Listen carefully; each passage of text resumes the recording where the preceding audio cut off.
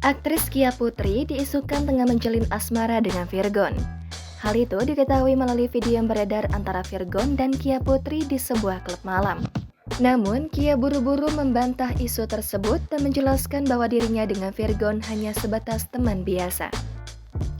Kia menambahkan bahwa dirinya juga mengetahui soal perceraian Virgon dan Inara Rusli yang masih diproses di pengadilan.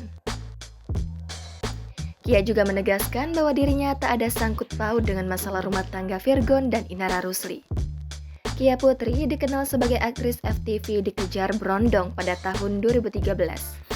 Sebagai aktris FTV, Kia melebarkan sayapnya ke industri layar lebar dengan bermain film di Garuda Superhero, Kampung Zombie, dan Demona pada tahun 2015.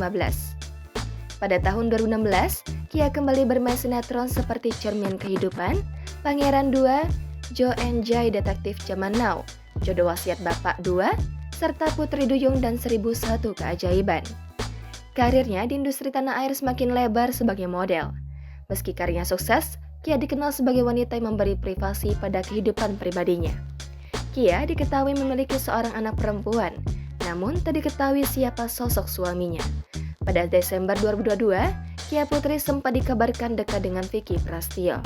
Namun tak ada kejelasan lebih lanjut soal hubungan asmaranya dengan Vicky Prastio.